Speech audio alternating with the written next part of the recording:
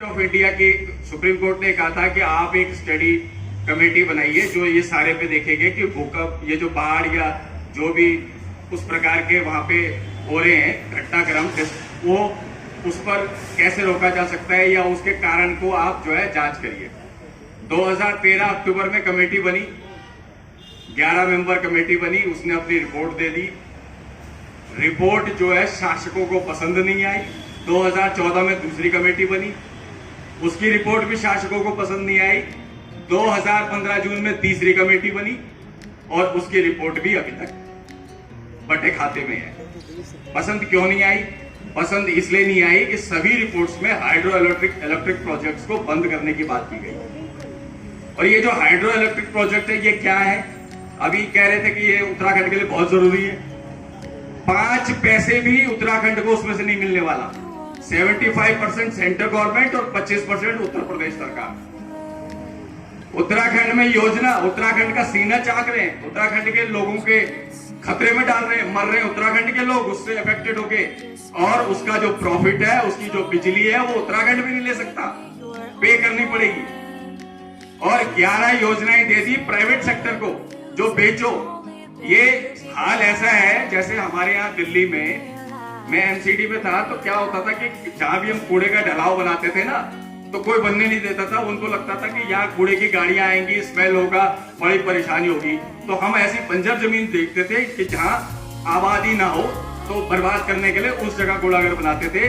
तो वही स्थिति सारे हाइड्रो इलेक्ट्रिक प्रोजेक्ट, जितनी परियोजना बनी है, वो वहां बनी है। सुषमा जी बहुत सही कह रही थी कि ये जोशीमठ या केदार कई जगह है, पौड़ी में ये स्थिति है, नैनीताल में ये स्थिति है। सारे पहाड़ को अगर आप पूरे हिस्से में ले लो तो अधिकतर जगह ये डेंजर हमारे लिए है, क्योंकि सेस्मो 4 और सेस्मो 5 में हम आते हैं। तो सेस्मो 4 और सेस्मो 5 में तो जरा सी भी कंपन होगा, जरा सा भी भूकंप आएगा, जरा सी भी स्थिति आएगी तो आप खतरे में आ जाओगे। आप टनल बना रहे हो, आप ब्लास्ट कर रहे हो। कौन से ब्लास्ट कर रहे हो? आप वो ब्लास्ट कर रहे हो जो बड़े घातक ब्लास्ट है, और कह रहे हैं वो मकान जो है स्लोप पे है इसलिए वो मिट्टी से। अरे उन ब्लास्टों से अब दिल्ली में आप करके देखो तो बड़ी 25 मंजिला बिल्डिंग गिर जाए। वो ब्लास्ट, इतने भयंकर ब्लास्ट कर रहे हो आप नीचे भी खोद रहे हो टनल में और आप ऊपर भी रोड बना रहे हो। दोनों तरफ से आप लोगों को मार रहे हो। अरे भैया, प्रकृति है। प्रकृति का मतलब ये है कि आपको जल दिया, जंगल दिया, जमीन दिया, आपको सब कुछ पाला है, और आप उसका दोहन तो करो, कोई बात नहीं, लेकिन आप तो उसको जख्मी कर रहे हो। हर तरफ से 4 धाम यात्रा बन रहे हैं, जितनी योजनाएं बनती हैं, मुझे आज तक समझ नहीं आया कि क्या उसमें उत्तराखंड के लोगों का फायदा है। एक तरफ कहा जाता है कि उत्तराखंड भूतिया हो गया, उत्तराखंड में जो है बहुत कम आबादी हो गई, बजाय वहां आबादी को बढ़ोतरी करने के कह रहे हैं जो मकान ढलों पे बनाए हैं तो वो डेंजरस है। अच्छा, ये कौन सी आपने 10 रिपोर्टें आई हैं, तो 10 रिपोर्टों में हाइड्रो इलेक्ट्रिक प्रोजेक्ट और दूसरी चीजें बताई। ये कौन से आपके पास ऐसी रिपोर्ट आई है जिसमें केवल एक पानी के और स्लोप के, और पानी की जो ये बात कर रहे हो आप ना, नदी का सारा खनन माफिया नदी खा गया। नदी खोद खोद के नदी का बहाव रोक दिया, बर्बाद कर दिया खनन माफिया ने।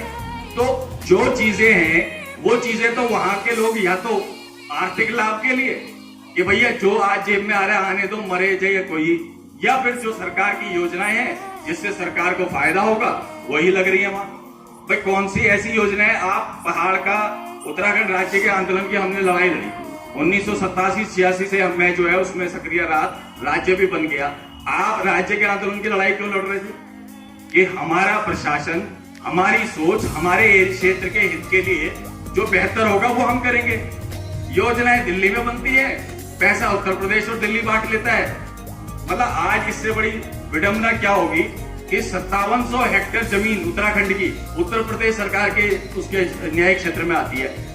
उधम सिंह नगर में अगर खेल क्रीड़ा का कार्यक्रम करना हो, रुड़की में करना हो, तो उनसे परमिशन लेनी पड़ती है, किराया देना पड़ता है। हमारी जमीन, हमारा पानी, हमारा कार्यक्रम, और हम उनसे उनके उस पे है सुपर्दगी पे। पंचेश्वर बनने वाला वो आज देखिए 2000 में जब ये उत्तर प्रदेश रीऑर्गेनाइजेशन एक्ट बना तो आपने क्या राज्य बनाया?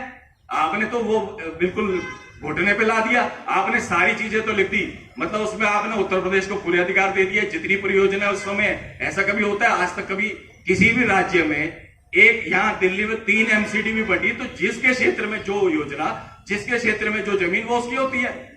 ये एकमात्र ऐसा पुनर्गठन विधेयक बना कि जिसमें उत्तर प्रदेश की उस समय की योजना पर सारा इनकम, सारा सोर्स वो उनके हिस्से में जाएगा या सेंटर के हिस्से में जाएगा। उत्तराखंड के हिस्से में क्या आएगा? टेरी वो हाइड्रो इलेक्ट्रिक जो कॉर्पोरेशन है उसके 10 प्रोजेक्ट हैं, 2000 करोड़ रुपए की इनकम है उसमें, और मिलती किसको है? उत्तर प्रदेश और सेंटर। कोर्ट में चली गई उत्तराखंड सरकार। आज कितने साल हो गए? 22 साल हो गए उत्तराखंड को अलग बने हुए। अभी तक उत्तराखंड सरकार, सुप्रीम कोर्ट भी कहता है कि हाँ आपकी बात तो सही है। अरे बात तो सही है, इंप्लीमेंट करो।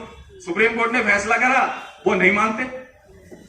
ये गजब की कहानी है कि मतलब वो नहीं मानते। सुप्रीम कोर्ट के कहने के बाद भी सुप्रीम कोर्ट ने कहा कि भाई ये 10 की 10 योजनाओं का रेवेन्यू जो है वो मिलना चाहिए उत्तराखंड को, वो उनको नहीं मिल रहा। आप परियोजना बना रहे हो, परियोजना बनाएंगे हम, परियोजना बनाए उत्तराखंड सरकार, परियोजना बनाए उत्तराखंड के लोग, और उस परियोजना में सरकार चाहे वो सेंटर की हो वो हिस्सेदार बने, वो रेवेन्यू भी शेयर कर ले, कोई बात नहीं, लेकिन परियोजना बनाने की जिम्मेदारी तो उत्तराखंड के लोगों की और उत्तराखंड के सरकार की ही होनी चाहिए। बाहर के लोग क्यों परियोजना बनाएंगे वहां? एक भी चीज देखिए क्या है कि जो हमारी राज्य आंदोलन के बाद सबसे बड़ी पहले हमारी चाहत थी वो ये थी कि जो लोग पलायन कर गए वो सबसे पहले वहां करने से कोई फायदा नहीं। पहली बात, उत्तराखंड का जो प्रवेश द्वार बताया भाई जी ने बद्रीनाथ का, ये एक काफ़ी परेशानियों का सामना करना पड़ रहा है, उसी के बारे में जो यहाँ पर एक चर्चा है। जितना मुझे ज्ञान है मैं कुछ कोशिश करूँगा इस बारे में बताने की। बात जब हिमालय की आती है तो हम कहते हैं कि अस्तु उत्तरश्याम दिशि देवतात्मा हिमालयो नाम नगाधिराज। ये हिमालय नाम का जो पर्वत है हमारे उत्तर में स्थित है और हमारे लिए प्रहरी का काम करता है। और आज उस हिमालय में एक संकट के बादल आए हैं। परियोजनाएं, पहले मैं बात परियोजनाओं की करूंगा। बहुत सी परियोजनाएं हमारे क्षेत्र में चल रही हैं, चाहे वो सड़क परियोजनाएं हों, चाहे वो रेल की परियोजनाएं हों, जल विद्युत की परियोजनाएं हों या अन्य और विकास की परियोजनाएं। परियोजनाओं, हमारा प्रदेश एक ऐसा प्रदेश है जो कि इन परियोजनाओं पर भी उसकी आर्थिक स्थिति आधारित है। यह तो एकदम सत्य है कि परियोजनाओं को तो आना ही पड़ेगा, इसमें कोई दो राय नहीं है। लेकिन विनाश के बिना विकास, जिसको कि हम सस्टेनेबल डेवलपमेंट कहते हैं, उसकी आवश्यकता है। विकास तो हमको करना ही है। अगर सड़क नहीं बनेगी तो आज से 100 साल पहले भी हम वैसे थे, आज भी वैसे रह जाएंगे। रेलवे लाइन अंग्रेज भी तो लेके गए थे पहाड़ में, ऐसी बात नहीं है। आप शिमला में देखिए, आप दार्जिलिंग में देखिए, एक छोटी रेलवे लाइन पठानकोट से लेकर के जोगिंद्रनगर तक भी जाती है। ऐसा नहीं है कि नहीं लगे थे, वो भी लगे थे। तो परियोजनाओं ने तो आना ही है, परियोजनाओं ने बनना ही है, और परियोजनाओं के विकास में हमको साथ भी देना चाहिए। ये अक्सर सत्य वचन है। अब सवाल आता है जो हम कहते हैं विनाश के बिना विकास। पर्यावरण और परिस्थिति को समझते हुए हम जो विकास करते हैं, उस विकास की परिभाषा थोड़ा सा अलग हो जाती है। कोई भी परियोजना जब आती है तो उसका एक अन्वेषण किया जाता है। आप इस चीज को, इसकी मूलभूत स्थिति को समझिए। कोई भी परियोजना आती है उसका सबसे पहले एक अन्वेषण किया जाता है। ऐसा नहीं है कि परियोजना आई, सरकार ने सैंक्शन कर दी और बनना शुरू हो गई, ऐसा नहीं होता है। अब अन्वेषण कैसे होगा? क्योंकि हिमालय से संबंधित है, क्योंकि पत्थरों से संबंधित है, मिट्टी से संबंधित है, पानी से संबंधित है, पहाड़ से संबंधित है, स्लोप से संबंधित है, लैंडस्लाइड से संबंधित है, तो उसमें भूगर्भीय परिस्थिति का अध्ययन होना सबसे पहले बहुत जरूरी होता है। और उसके लिए सबसे पहले ये कहा जाता है कि इसके लिए एक जनरल सा एक स्टडी की जाए कि इसमें है क्या, उसको समझने की कोशिश की जाती है। जब वो लगता है कि हाँ इसमें कुछ हो सकता है, तो उसकी अगली स्टेज आती है, उसमें एक अलाइनमेंट भेजा जाता है, उस अलाइनमेंट को अप्रूव किया जाता है सरकार के द्वारा, और वहां भी विशेषज्ञ बैठे हैं। ऐसे वो भी अलाइनमेंट अप्रूव नहीं हो रहा है, कोई प्राइवेट एजेंसी उसको अप्रूव नहीं कर रही है। और फिर उसमें आता है जियो टेक्निकल इन्वेस्टिगेशन, जिसमें कि कुछ ड्रिल होल लगाए जाते हैं, जिसमें कुछ थोड़ी छोटी ड्रिफ्ट बनाई जाती है टनल नुमा, जिसमें उसकी जो कोर निकलती है उसकी लेबोरेटरी में स्टडीज की जाती हैं कि वो अल्टीमेटली जब वो स्ट्रक्चर बनेगा तो क्या वो पत्थर उतना भार वहन सहन करने की क्षमता रखता भी है कि नहीं। बनने को तो बन जाएगा, बनने को कुछ भी बनता, हम भी मकान बना देते हैं, क्या हम अपने मकान का भूगर्भीय अन्वेषण करते हैं? नहीं, ऐसे वो भी बन सकता है, कोई ऐसी बड़ी बात नहीं। बहुत अच्छी सी टेक्नोलॉजी आज की तारीख में उपलब्ध है। अब जब ड्रिल होल होगा, जब उसमें टनल की स्टडीज होंगी, उसकी 3 डायमेंशनल स्टडीज होंगी, उसमें हम उसकी एक मैपिंग करेंगे, हम देखेंगे कहां पर किस तरह की चट्टान है, उसका क्या मूल रूप था, अभी वो किस रूप में है, आगे उसमें कोई स्ट्रक्चर बन जाएगा तब वो कैसा बिहेव करेगा। ये एक संक्षिप्त में आपको एक अन्वेषण की प्रक्रिया बता रहा हूं। और फिर जब ये सब अन्वेषण हो जाता है, उसके हाइड्रोलॉजी की स्थिति होगी, अगर कोई नाला बह रहा है उधर, कोई अंडरग्राउंड सोर्सेज हैं, हमारे धारे हैं, हमारे नौले हैं, अगर ये सब चीजें तो उनका भी उसमें अध्ययन होगा कि ऐसा तो नहीं कि पानी जो है रिस्क करके कहीं चला जाएगा।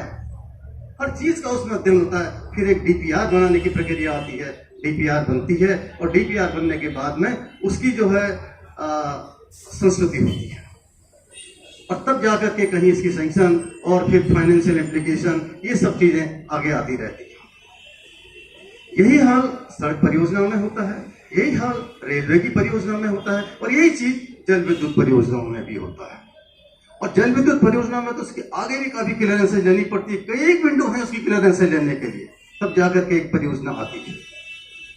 तो परियोजना का बनना भी जरूरी है और प्रकृति के साथ में स्थिरता लाना भी जरूरी है। अब जो ये हमारा पहाड़ जोशीमठ के पास दरक रहा है, पहले उसके कारणों को समझिए कि ऐसा क्यों हो रहा है। आप कल्पना कीजिए कि आपके सामने एक पहाड़ खड़ा है, उसके नीचे एक नदी जा रही है, पहाड़ एकदम इस तरीके से खड़ा है और उसमें स्लोप में मकान बने हुए हैं। आप इसको अपने थोड़ा परिकल्पना करके देखिए और जिसमें वो मकान बने हैं उसमें चट्टान नाम की चीज नहीं है, केवल मिट्टी और पत्थर है। और वो कौन सी मिट्टी और पत्थर है? वो मिट्टी और पत्थर हैं जिस समय कभी वहां ग्लेशियर था, ग्लेशियर का मूवमेंट हुआ और वो तो निकल गया, उसमें तो मिट्टी पत्थर बजरी ये सब रहती है ना, जिसको हम कहते हैं पैरा ग्लेशियल एक्टिविटी, उससे बना हुआ वो मलबा है। उसकी अगर आप डेप्थ देखेंगे तो बहुत ज्यादा है, मीटरों में, और तब जाकर के कहीं उसमें नीचे चट्टान है और उसके टॉप में ओली बसा हुआ है।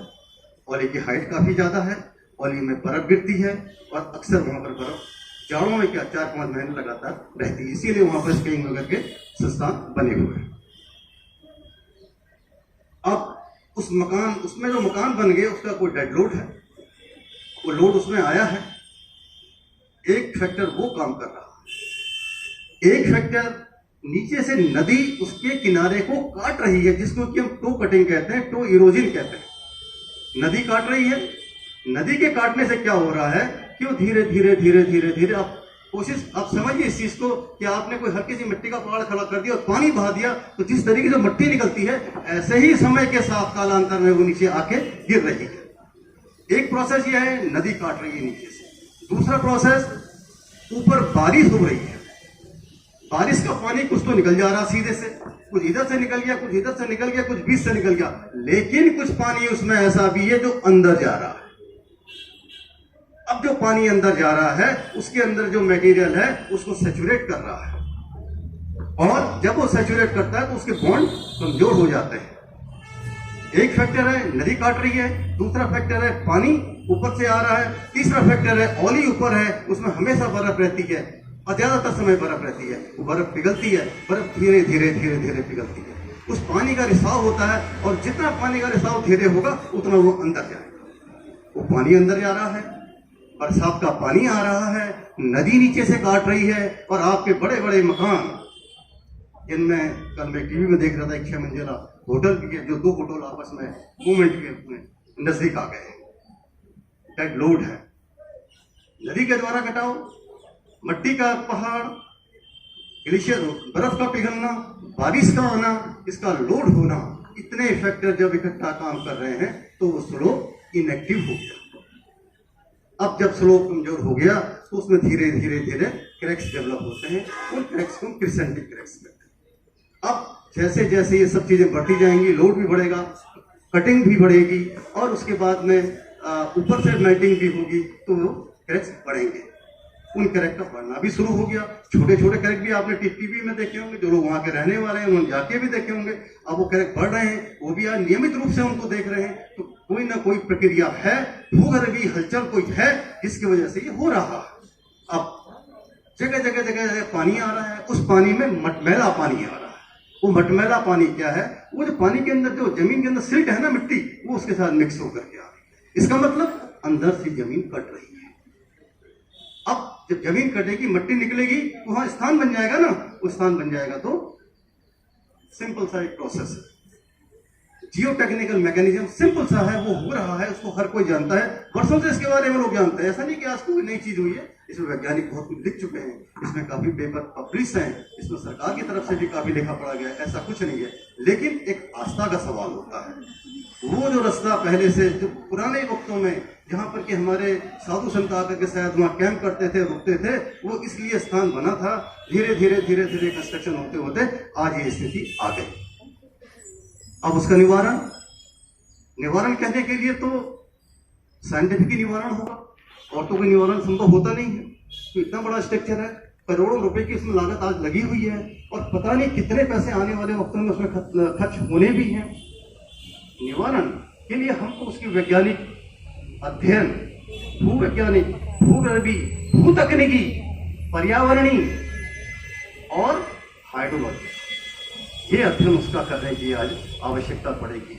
लेकिन कुछ लोग ये भी कहते हैं भाई अध्ययन करो, उसको ठीक ठाक करके ठीक से उसको, जैसे हम लोग रिपेयर करते हैं ना कि रिपेयर कर दीजिए उसको, तो क्या ये संभव है एक दिन में? ये चीजें एक दिन की नहीं है। क्यों? क्योंकि अक्सर पानी के ऊपर से निकल चुका है। और अगर इसका ये चीज संभव आज होता तो डेफिनेटली हमें R&R करने की जरूरत नहीं आती। अभी जो इमीडिएट रिक्वायरमेंट है वो रिहेबिलिटेशन और रिसेटलमेंट की है। अभी कोई और चारा नहीं है कि हम एक रात में उसका उपचार कर दें, कोई ऐसा वैज्ञानिक एक रात के लिए नहीं है। लेकिन उसका उपचार है, उपचार के लिए दीर्घकालिक अन्वेषण, दीर्घकालिक अध्ययन, जिसमें कि मैंने जैसे बताया भूविज्ञान, भूतकनीकी विज्ञान, हाइड्रोलॉजी, पर्यावरण, इस सब तरीके की अध्ययन की आवश्यकता है। और तब हमें उसके मूलभूत कारणों का पता लगाना पड़ेगा कि मूलभूत कारण इसके है क्या। जगह जगह से पानी आ रहा है, एक कारण तो स्पष्ट है कि अंडरग्राउंड पानी आ रहा है। उस पानी का सबसे पहले निस्तारण की आवश्यकता है, ये बिल्कुल मूलभूत कारण है, ये तय है। जब तक वो पानी सूखेगा नहीं, जब तक उस पानी का कोई प्रॉपर ड्रेनेज सिस्टम डेवलप होगा नहीं, तब तक वो स्रोत चलता ही रहेगा, ये भी बिल्कुल तय है। तो इसलिए आज की जो तात्कालिक जो आवश्यकता है, केवल R&R के अलावा कोई उसमें दूसरा सिस्टम है ही नहीं। उसको किया जाए, उसको करने के बाद में उस पूरे स्थान की, पूरे क्षेत्र की भूगर्भीय जांच बहुत ढंग से कराई जाए, भू तकनीकी उसकी जांच कराई जाए। आजकल कई तरीके के सॉफ्टवेयर आ गए हैं, उस डेटा को लेकर के उन सॉफ्टवेयर से हम देते हैं, उससे हम पूरे स्लोप के बारे में पता कर लेते हैं कि उसमें हमको किस किस तरीके से सपोर्ट देना है। अब उसमें सपोर्ट चाहिए या उसमें प्रोटेक्शन चाहिए। खाली प्लांट लगा देने से भी ये सब चीजें नहीं होंगी। खाली हम उसके अंदर दरार के अंदर सीमेंट डाल देंगे, उससे भी नहीं होगा। ग्राउटिंग कर देंगे, उससे भी नहीं होगा। अब होगा किससे? उसके लिए अध्ययन की आवश्यकता, जिसे हम कहते हैं रिलीजियस स्टडी। बिल्कुल एकदम पवित्रता के साथ जो अध्ययन की आवश्यकता है, उसकी रिपोर्ट विभिन्न वैज्ञानिकों के माध्यम से आएगी। उस माध्यम को जो है एक पटल में रख करके इसमें चर्चाएं होनी चाहिए, और उसके बाद जो उसका परिणाम आएगा उसको हमको लगाना चाहिए, ताकि उस स्लोप को आने वाले समय में क्या हम किसी और तरीके से यूज कर पाएंगे, इसकी हमें आवश्यकता है। इसकी आवश्यकता आज नहीं है कि आज एक रात में कोई हम कहते कि नहीं इसका एक प्रोडक्शन है, ऐसे प्रोडक्शन हो जाएगा। नहीं हो सकता, संभव नहीं है। लेकिन प्रोडक्शन संभव है अध्ययनों के बाद। तो ये उस स्लोप के बारे में क्या हो रहा है, उसमें क्या हुआ होगा और किस तरीके की उसमें एक्टिविटी चल रही है, एक छोटा सा मैंने आपको समझाने की इसमें कोशिश की। बहुत धन्यवाद त्रिपाठी जी। त्रिपाठी जी ने बहुत अच्छे कहा कि ये तब होगा जब प्रतिबद्धता रहेगी। ऑलरेडी पेपरों में पढ़ लिया होगा। हेमन गेंसन ने 1971 में लिखा था 1976 में फिर ये मिश्रा कमीशन का रिपोर्ट आया था। उसके बाद बहुत सारे लोग जिन जिन लोगों ने वहाँ जोशीमठ में काम किया है या जोशीमठ के आसपास काम किया है, सब ने उसके बारे में हाईलाइट किया। तो ये सबको पता था कि ये बहुत सेंसिटिव लोकेशन है।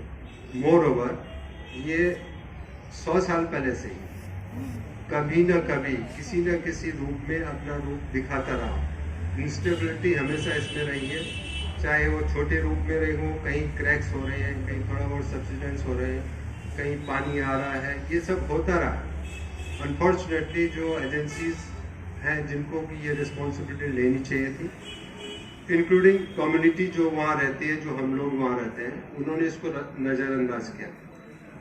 वो इसलिए भी नज़रअंदाज किया कि बहुत सारा उनको लगा नहीं कि बहुत सारी प्रॉब्लम है।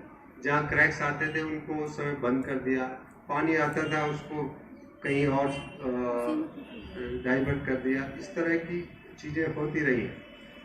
दूसरी बड़ी बात ये हुई कि जब ये बड़े बड़े होटल्स, बड़े बड़े एस्टेब्लिशमेंट्स और जो माइग्रेशन लोगों का हुआ शहर में, जो कैपेसिटी कुछ 4000 समथिंग का कैपेसिटी था, आज 20,000 प्लस का कैपेसिटी है। आई थिंक इससे भी ज़्यादा है, काफ़ी ज़्यादा है, मुझे पता नहीं। सो वो कैपेसिटी के लिए वो शहर बिल्कुल नहीं है, वो ज़मीन बिल्कुल नहीं है, वो नहीं थी। अभी तो ज़मीन ने बता दिया कि मैं इसके लिए नहीं बनी थी।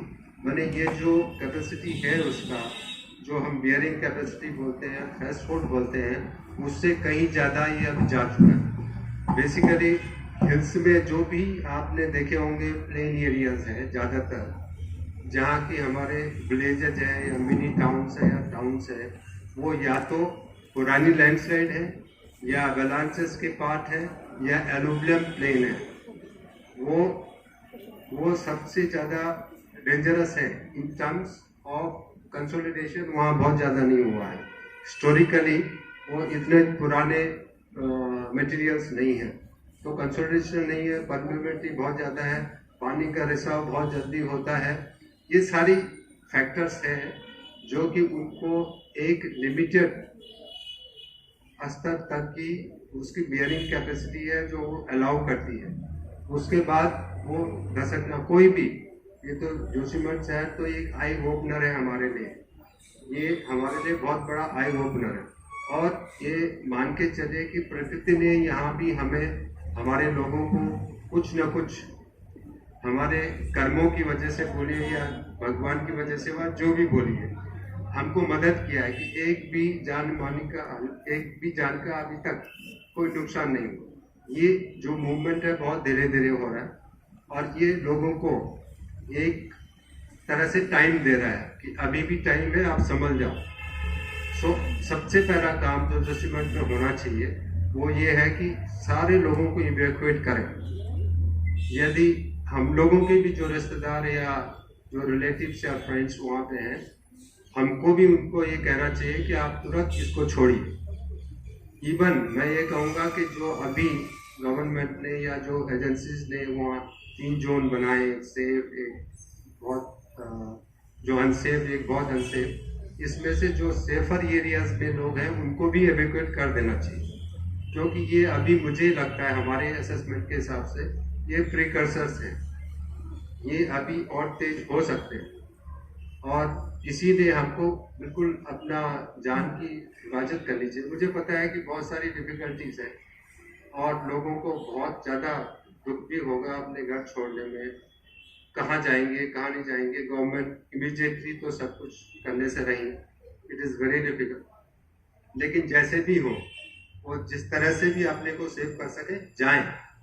और इसमें गवर्नमेंट को और हमारे जो इन्फ्लुएंशियल लोग यहाँ बैठे हुए हैं सारे, और मुझे लगता है कि पत्रकार भी हैं, गवर्नमेंट के भी कुछ और लोग होंगे यहाँ पे बैठे हुए, जितना भी पॉसिबल हो सके हम लोगों को भी गवर्नमेंट को इस हिसाब से मदद करना चाहिए कि जितनी जल्दी हो सके इस हिल का इन्वेस्टिगेशन, पूरा इन्वेस्टिगेशन हो, जियोलॉजिकल, जियोफिजिकल, जियोटेक्निकल, सारे तरह के इन्वेस्टिगेशन हो और फिर क्या किया जाए। It is possible to restore it, इसको वापस टाउन को लिवेबल बनाया जा सकता है कि नहीं बनाया जा सकता, और यदि बनाया जा सकता है तो किस हद तक बनाया जा सकता है, कितनी कैपेसिटी यहाँ पे लोगों की हो, उसके हिसाब से गाइडलाइन बने, उनको पुनर्वास कराया जाए, so on and so forth. ये तो अभी जोशीमठ के लिए मैं इतना ही कहूँगा कि वहाँ के लोगों के लिए सबसे बड़ी चीज़ है कि वहाँ से जाए। किसी तरह से परेशानी तो है, लेकिन we have to move away from this places, और गवर्नमेंट को चाहिए कि एज अर्ली एज पॉसिबल कि वहाँ का पूरा इन्वेस्टिगेशन करवाए वॉर फुटिंग पे, और ये बहुत पॉसिबल है। हमारे लोग सारे वैज्ञानिक हैं, इंजीनियर्स हैं, सब कैपेबल हैं। गिवन द अपॉर्चुनिटी और given the challenge they will do it, बिल्कुल करेंगे, और एक उसी हिसाब से फिर इसका रेस्टोरेशन करें, और रेस्टोरेशन भी पॉसिबल है, ऐसा भी नहीं है कि नहीं पॉसिबल है, लेकिन बिना करे कुछ नहीं होगा।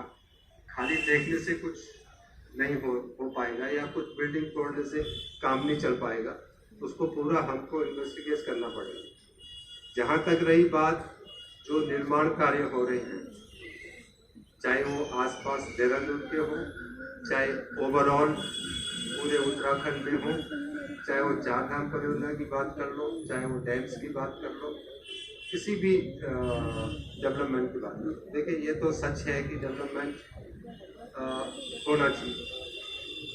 उत्तराखंड के पर्टिकुलरली एस्पेक्ट में आप देखें तो यदि वहाँ डेवलपमेंटल स्कीम्स नहीं हैं तो हमारा रोजगार भी नहीं चलेगा।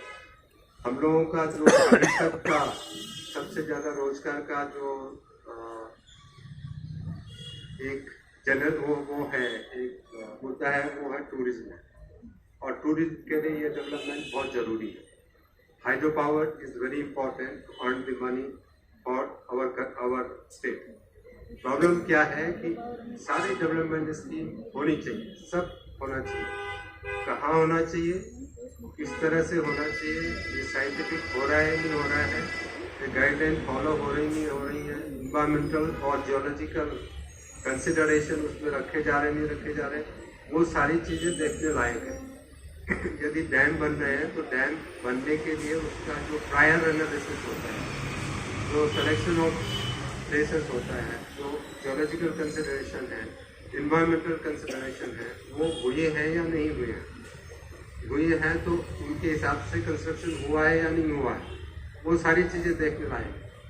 जो हो चुका है वो तो हो चुका है, जो हो रहा है एटलीस्ट हमें कम से कम उत्तराखंड के लोगों को, उत्तराखंड गवर्नमेंट को पर्टिकुलरली ये जरूर है कि उनको इस तरह से व्हाट डू कॉल इस तरह से उनको रूल रेगुलेशन बनाने चाहिए कि जो भी स्कीम, जो भी डेवलपमेंट सेंट्रल गवर्नमेंट का हो चाहे किसी भी गवर्नमेंट का हो, वहाँ पे होता है उत्तराखंड गवर्नमेंट के थ्रू हो।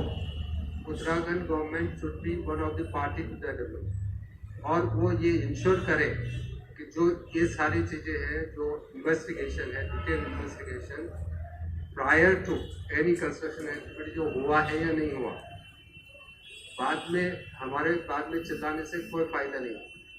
यदि हमने उस समय ही नहीं बोला जिस समय की कोई स्कीम लेके आया, चार धाम परियोजना की बात कर ली, 12,000 करोड़ की स्कीम गवर्नमेंट, सेंट्रल गवर्नमेंट, एक बहुत अच्छी स्कीम है, ये उत्तराखंड के लोगों के लिए बहुत ही बढ़िया स्कीम, इससे बढ़िया स्कीम नहीं हो सकती। लेकिन वो स्कीम सही इम्प्लीमेंट हुई है क्या नहीं हुआ, उसका प्रॉपर इन्वेस्टिगेशन किया कि नहीं किया गया है, उसको देखिए। गवर्नमेंट का काम है स्कीम लॉन्च करना, गवर्नमेंट का काम है पैसा प्रोवाइड करना। गवर्नमेंट ने एक ब्रॉड गाइडलाइन प्रोवाइड कर दी है कि डबल लेन होना चाहिए। फॉर एग्जाम्पल, मैं इसके संदर्भ में इसलिए भी कह रहा हूँ कि मैं उस चार धाम कमेटी का एक मेंबर हूँ, और उसमें बहुत ज़्यादा कंट्रोवर्सी भी आई, कोर्ट में मामला भी गया, अभी तक उसमें बहुत सारी डिस्कशन सब हो रही है, और उसमें ये रहा कि भाई इसका जो विड्थ है वो कम होना चाहिए, कोई बोलता है इसका ज़्यादा होना चाहिए, वो सब चीज़ें होती रही। हम लोगों का जो मेन मुद्दा ये था, शायद बहुत सारे लोग बैठे हुए, मैं ब्रीफली इसमें बोलूँगा, हमारा जो ओपिनियन था कुछ लोगों का ये था कि ठीक है, ये तो डेवलपमेंट होना। एक एजेंसी ऐसी जो कह सकती है कि बहुत अच्छा बता सकती है, एक एजेंसी ऐसी जिसको करना, तो अब सामंजस्य वाली जो बात है वो बैठाना जरूरी है कि अब देखिए अभी तो जो हो गया उसको कुछ नहीं कर सकते। हर आदमी कहता पता था तो हो गया, कोई याद नहीं होता कि नहीं पता था, सबको पता हो गया। अब हो गया तो अभी तो पहली चीज उसको हमें एडमोस करना है ताकि हमें जान और माल की जो है पूरी की पूरी सुरक्षा करें, उसके बाद उस रोग की बात करें। मैंने कहा एक दिन में अध्ययन नहीं होगा, कब होगा? ये तभी होगा जब एक अच्छे वैज्ञानिक की टीम उसमें जाएगी, देखेगी, अध्ययन करेगी, इसमें चर्चा होनी चाहिए पूरी। उसके बाद उसमें जो इस तरीके के वैज्ञानिक उनको बुलाया जाना चाहिए, उनकी भी बातें सुननी चाहिए। हो सकता है कहीं से कोई नई चीज निकल जाए। और उसके बाद में देखिए जैसे केदारनाथ की त्रासदी आई, लर्निंग फ्रॉम फेलियर कहते हैं, असफलता से हम लोग सीखते हैं। हाँ 2021 में फरवरी में आई थी, बिल्कुल ठीक कर रहे हैं, आई थी तो सडनली फ्लड आया। कि मैं इसे काम नहीं कर रहा, ये नेचुरल कैलामिटी है, नेचुरल कैलामिटी को हमको समझना पड़ेगा। तो इसलिए हमको नेचुरल कैलामिटी दूर नहीं जाना है, बट उसके साथ बने रहना है हमको, और उसको उसके साथ बने तो रहना हमारे हाथ में तो है नहीं। आगे कैलामिटी किसी ने नहीं लाई, अब वो क्यों आई, इसके कारणों को हमें अध्ययन करने की आवश्यकता, डिटेल और सबके सामने उस तरीके की रिपोर्ट आनी चाहिए। इन्हीं शब्दों के साथ मैं तो